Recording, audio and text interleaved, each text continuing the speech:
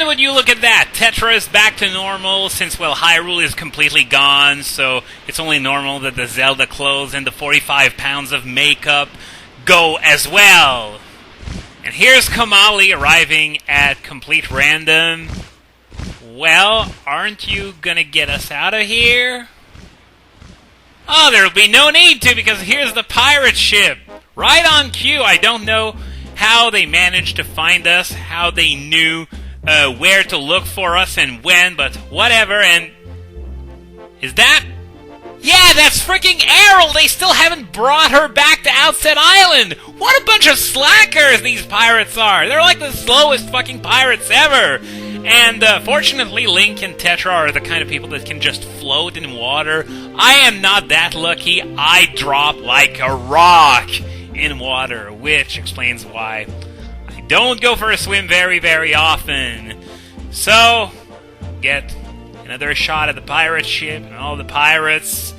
And Ariel in her alternate outfit that she wears in New Game Plus as a random bit of trivia. And Medley in the car? What are you doing? You're not in your temples doing your job! Slackers! Slackers everywhere!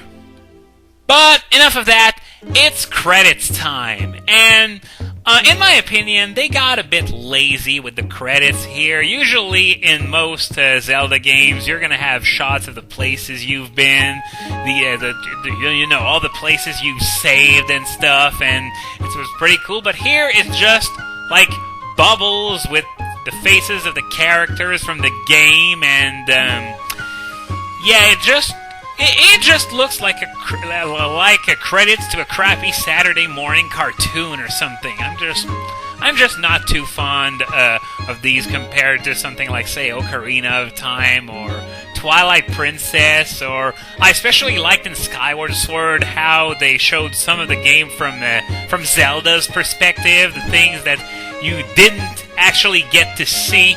But enough complaining about that. I guess it's time to take a look back at this Let's Play. Well, it was a very enjoyable Let's Play. I hoped you liked watching it as much as I liked making it. Of course, it took a rather long time. I started it like, I don't know, 9-10 months ago. And of course, I spent a period of time not updating at all, and that was for a few months. Much like in Ocarina of Time, as a matter of fact.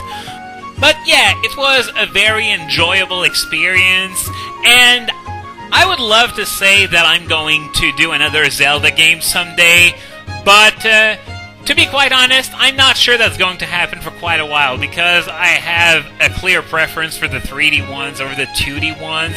It's not a graphics thing, it's more, I just enjoy that type of gameplay, I guess. But yeah, that leaves... well, of course, Majora's Mask, I'm never, ever, ever, ever going to do. That's out of the question, of course. But Twilight Princess and Skyward Sword.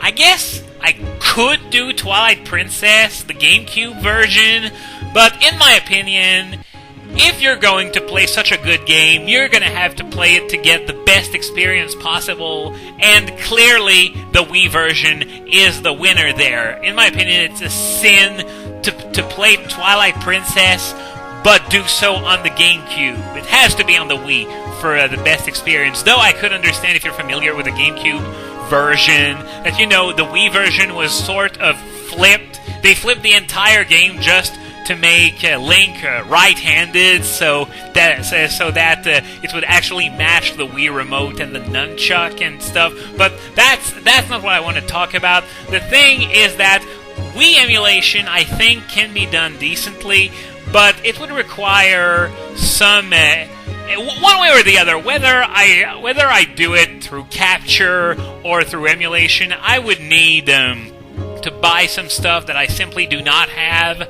and as a result, well, it's not going to happen. And Skyward Sword, which only has a Wii version, well, that's even less likely in the short and middle term. So yeah, Wind Waker as a whole, as I've said before, very easy game.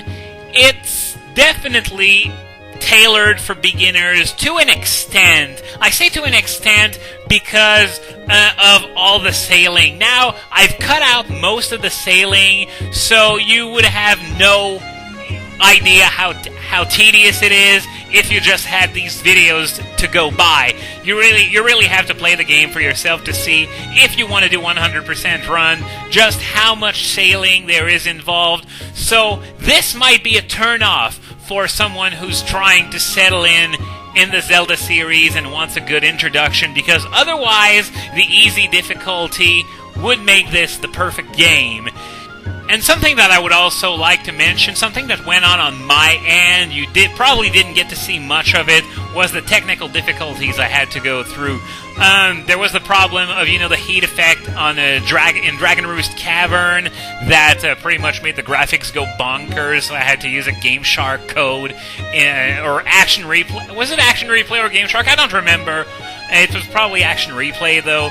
But I had to use a code in order to get rid of these. I also had problems with the game crashing randomly after cutscenes, and I don't even want to think how difficult it would be for me to record this ending had it not been for the fix that I managed to find.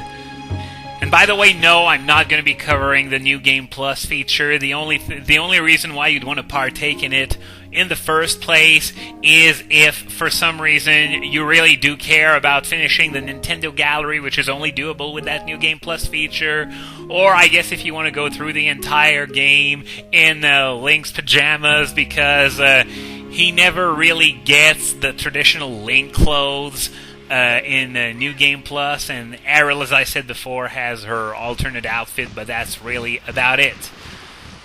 So, as the game ends, it's time for us to set on a new journey. You can see once again the King of Reliance, being just a dead boat, not alive anymore, sort of like back when I visited Hyrule the second time. I actually pointed it out that time. So, it's time to head off on a journey to find the next Hyrule, or what the king referred to as what will be our land. So, get another little flashback to what happened at the beginning of the game, I guess, and this is going to segue straight into Phantom Hourglass, as a matter of fact. And I don't know why the text was all blurry and stuff, but yeah, that's sad. I would have liked to have a bit better quality for the finale, but whatever, doesn't really matter. And once again, we leave Aryll behind, and Grandma, and everyone else. But it's for a good cause. We're going to uncharted lands, even though we seem to be headed toward Five Eye Reef for some reason. And with that, it's time to bring yet another Let's Play to an end. So this has been Slowflake, and I will see you in Super Mario Star Road.